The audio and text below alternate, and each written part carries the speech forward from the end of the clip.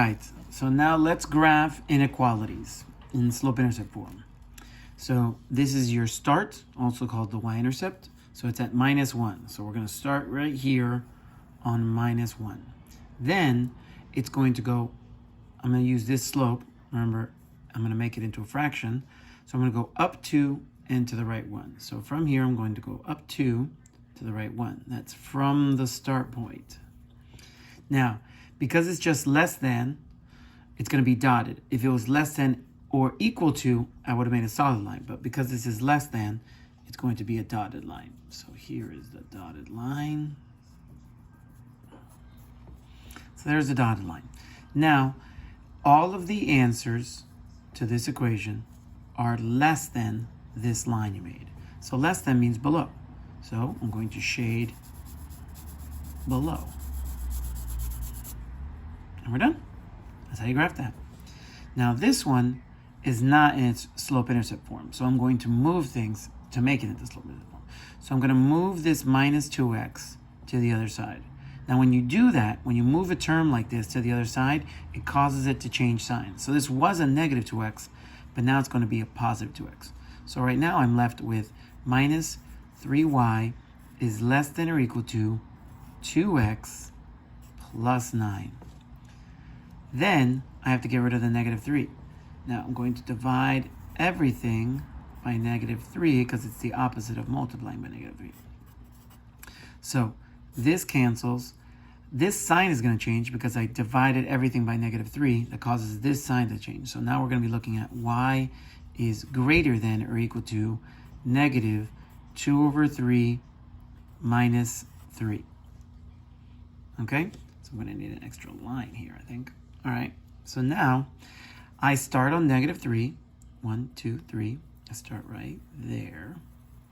Then I'm going to, it's a negative slope, so I'm going to go down 2, and then I'm going to the right 3. So down 2 to the right 3. 1, 2, 3. Right there. And here we go. It is a solid line. Why? Because it is greater than or equal to. This line right here means it's going to be a solid line.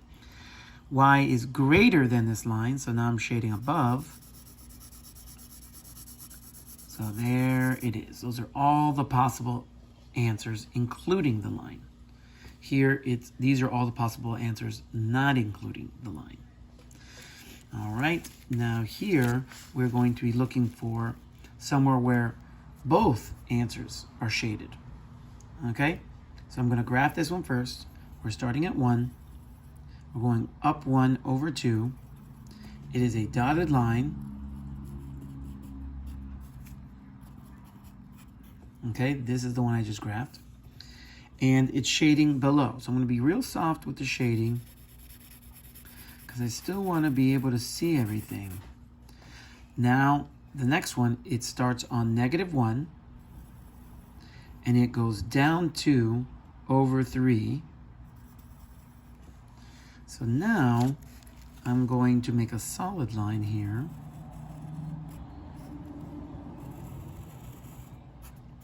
And this one I'm shading above it.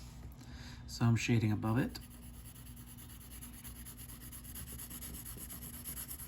Okay, so there's only one place that's shaded by both, and that is right here. All right. Now, so this is where all possible answers for both equations are. Here, not including the line. Here, including the line. Okay?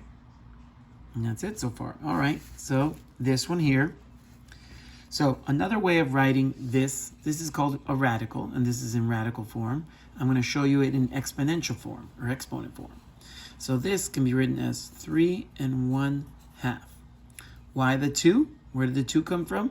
Well, square roots have a default of a 2 right here, even if it's not written. And 3 has an exponent of 1 above. You just never write that one, so that's why it's there. So this one would be written as 3 to the power of 1/3. Remember, the root or the index always goes in the denominator. Here, so now 3 squared, right? And then the denominator is going to be 3.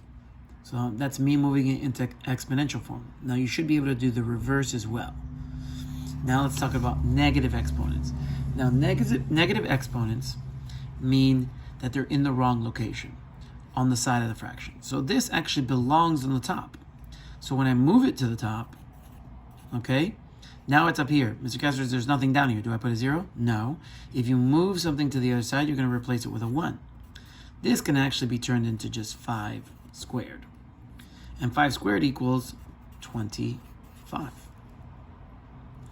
Now this one here says negative, but it's on the wrong side of the fraction. Mr. Castro, I don't see a fraction. Well, you can just make it into a fraction, and now you're going to have 1 over 5 squared, which can also be written as 1 over 25.